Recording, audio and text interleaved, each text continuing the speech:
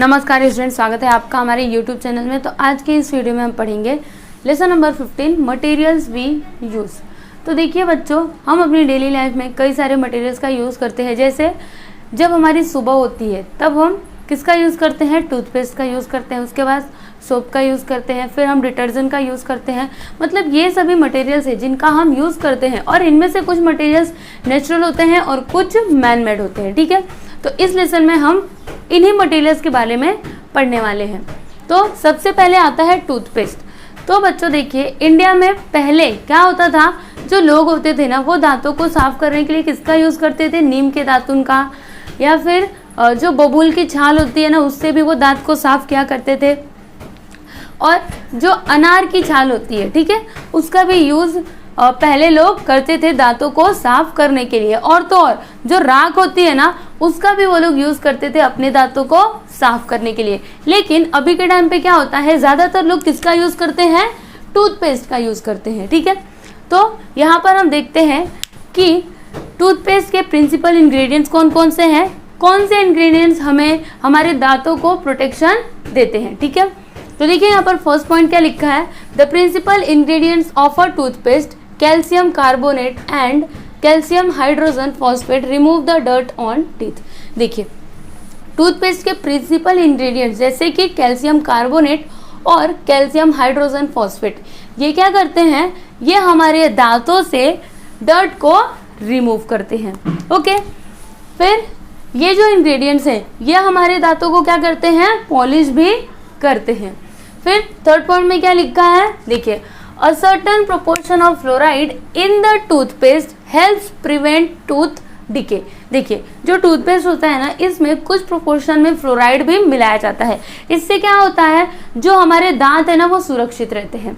ठीक है, फिर ये जो फ्लोराइड है ये किस लिए इसेंशियल है? देखिए, for the strengthening of bones and the enamel covering of teeth. Okay बच्चों, तो यहाँ पर हमने किसके बारे में पढ़ा? टूथपेस्ट के बारे में पढ़ा, जिसका हम डेली बेसिस पे यूज़ करते हैं। ठीक है, अब हम नेक्स्ट पढ़ेंगे डिटर्जेंट। देखिए, डिटर्जेंट आप सभी को पता होगा, हम उसका यूज़ डेली करते हैं, है ना। तो डिटर्जेंट का यूज़ हम किस लिए करते हैं? अगर हमारे कपड़े गंदे होते हैं, उस पर ऑयल लगा होता है, तो हम किसका यूज़ करते हैं? डिटर्जेंट का यूज़ करते हैं। उससे क्या होता है, वो जो ऑयल है वो पूरा साफ हो जाता है। तो ये जो डिटर्जेंट है ना ये काम कैसे करता है? देखिए, जैसे एग्जांपल के लिए मैं आपको बताऊं, आप क्या करो, एक खाली बोतल लो, ठीक है, और उसमें आप पानी डालो।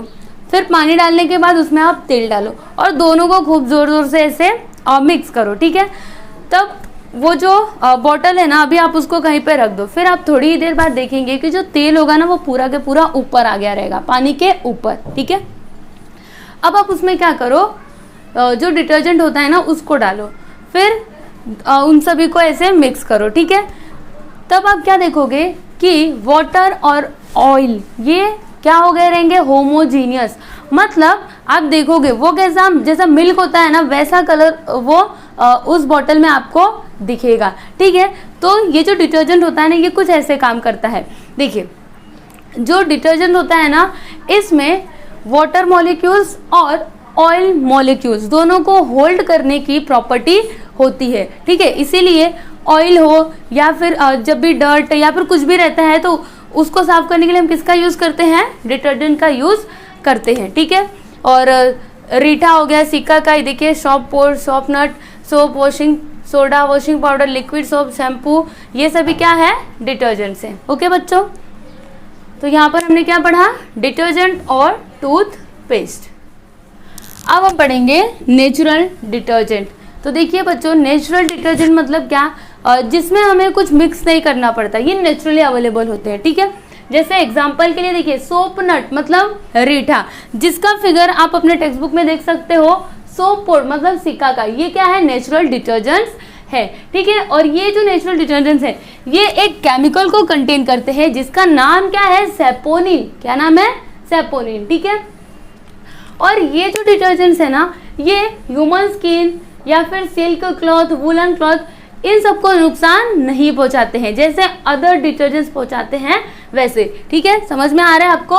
मतलब जो नेचुरल डिटर्जेंट है, जैसे आपने सुना होगा कि जो आयुर्वेदिक दवाई होती है ना अगर वो फायदा नहीं करती तो नुकसान भी नहीं करती है। ठीक है, वैसे ही ये जो नेचुरल डिटर्जेंट है ना ये हमारी स्किन हो गया या फिर आप कोई भी क्लॉथ ले लो, उनको इनसे कोई भी नुकसान नहीं होता है। ठीक है, अब यहाँ पर नेक्स्ट क्या आता है, मैन मेड डिटर्जेंट। तो देखिए इसमें फर्स्ट क्या है, soap is a man made detergent. Soap क्या है, मैन मेड डिटर्जेंट है ना। सोप को कौन बनाता है, मैन ही तो बनाते हैं ना। फैक्ट्रीज में, बड़ी बड़ी फैक्ट्रीज में जो सोप है वो प्रोड्यूस होता है। ओके, और सेकेंड क्या है, it is believe that soap was invented in the west about 2000 years ago. देखिए ऐसा कहा जाता है कि लगभग 2000 साल पहले ही जो सोप था वो इन्वेंट हो चुका था। कहाँ पर, वेस्ट में, मतलब जो पश्चिमी देश है ना वहाँ पर। ठीक है, अभी टाइप्स ऑफ सोप्स। तो देखिए hard soap is use for washing cloth. देखिए आप सभी को पता है क्लॉथ को वॉश करने के लिए हम जिस सोप का यूज करते हैं वो कैसा होता है, हार्ड होता है। ओके, एंड नहाने के लिए जिसका यूज करते हैं वो क्या होता है, सॉफ्ट होता है। ओके, अभी यहाँ पर बच्चों नेक्स्ट आ जाता है सिंथेटिक डिटर्जेंट। तो देखिए मार्केट में कई तरह के डिटर्जेंट्स अवेलेबल हैं। ठीक है, तो ये सभी क्या है, सिंथेटिक डिटर्जेंट्स है। अब now synthetic detergents have taken place of soap. देखिए ये जो सिंथेटिक डिटर्जेंट्स है ना, इन्होंने किसका प्लेस ले लिया है, सोप का प्लेस ले लिया है। क्योंकि अभी ज्यादातर लोग किसका यूज करते हैं, जो सिंथेटिक डिटर्जेंट्स होते हैं ना उनका यूज करते हैं। फिर there are several methods to producing these detergents. देखिए इन डिटर्जेंट्स को प्रोड्यूस करने के लिए कई सारे मेथड्स यूज किए जाते हैं। ठीक है, कई सारे प्रोसेस है, कई सारे मेथड्स हैं जिनके थ्रू ये डिटर्जेंट्स बनाए जाते हैं। And synthetic detergents are used in many types of cosmetics. और ये जो सिंथेटिक डिटर्जेंट्स है इनका यूज कई तरह के कॉस्मेटिक्स में किया जाता है। ठीक है बच्चों, तो यहाँ पर हमने क्या पढ़ा, नेचुरल डिटर्जेंट पढ़ा, फिर हमने मैन मेड डिटर्जेंट पढ़ा, फिर हमने टाइप्स ऑफ सोप्स पढ़े और हमने पढ़ा यहाँ पर सिंथेटिक डिटर्जेंट। ओके बच्चों, देखिए बच्चों आपकी टेक्स्ट बुक में पेज नंबर 102 पर एकदम ऊपर देखिएगा क्या है, प्रिपरेशन ऑफ सोप, मतलब कैसे सोप को बनाया जा सकता है।